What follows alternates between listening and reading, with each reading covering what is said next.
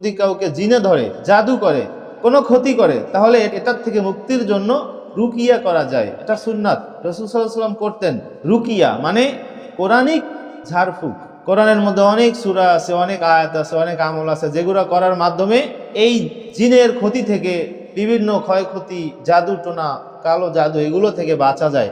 কোরআনের মধ্যে 33 আয়াতের একটা আমল আছে। এই আমলের মাধ্যমে সকল প্রকার ক্ষতি থেকে বাঁচা যায়। কেউ যদি এই 33 আয়াতের আমল করে, তাকে কোনোদিন কোনো ক্ষতি, কোনো জিনের কোনো আসর স্পর্শ করবে না ইনশাআল্লাহ। পরীক্ষিত আমল। হাদিসের মধ্যে একটা ঘটনা আসছে, সাহাবায়ে কেরাম এক জায়গায় সফরে গেছে, আসার সময় অথবা যাওয়ারই সময় তারা এক জায়গায় তাঁবু গেড়েছে। তাঁবু গেড়ে সেখানে রাত্রি যাপন করেছে। একটা ডাকাত দল সংবাদ পেয়েছে যে এখানে একটা কাফেলা রয়েছে এবং তাদের কাছে অনেক মাল সামানা রয়েছে।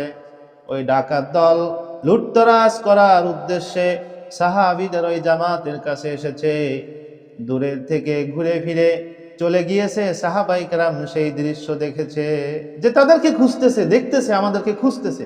দূর থেকে খুঁজে খুঁজে চলে গেল, তারা কোনো সাউন্ড করে নাই। ওখান থেকেই তারা নৈরাশ হয়ে ফিরে চলে গেছে, তাদেরকে দেখতে পারলো না। এই যে পর্দা ফেলে দিয়েছে। রাসূল সাল্লাল্লাহু আলাইহি ওয়াসাল্লাম কোরআন তেলাওয়াত করতেছেন, নামাজ পড়তেছেন কাবার মধ্যে।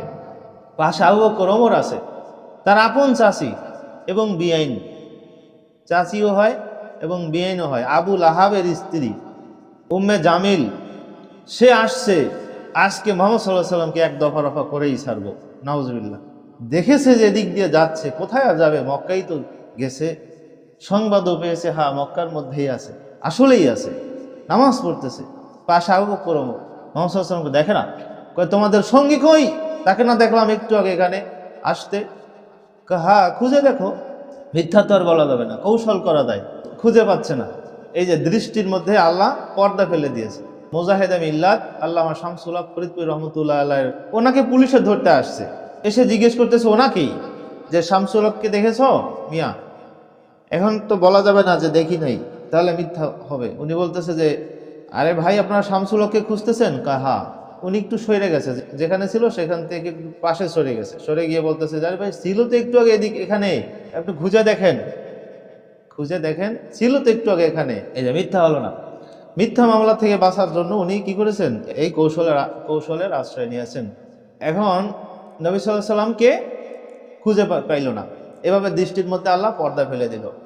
এভাবে আল্লাহ তাআলা বাঁচান। ওই সাহাবীদেরকে ওই আমলের কারণে, তারা 33 আয়াতের আমল করেছিল, তাদের মাঝে আর ওই লুটতরাজদের মাঝে আল্লাহ পর্দা ফেলে দিলেন, দেখতে পাইল না।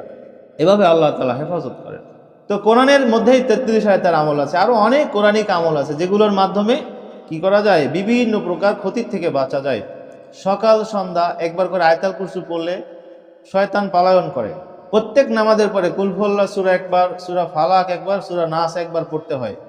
গুরুত্বপূর্ণ একটা আমল, সকল ফরজ নামাজের পরেই পড়তে হয়। আর সকালে এবং সন্ধ্যায় 3 বার করে কুল হুয়াল্লাহ, সূরা ফালাক এবং সূরা নাস 3 বার, প্রত্যেকটা 3 বার করে পড়ে পুরা শরীর মাসেও করে দিতে হয়। তাহলে সকাল থেকে সন্ধ্যা পর্যন্ত আপনি নিরাপদ থাকলেন, কোনো ক্ষতি আপনাকে স্পর্শ করতে পারে।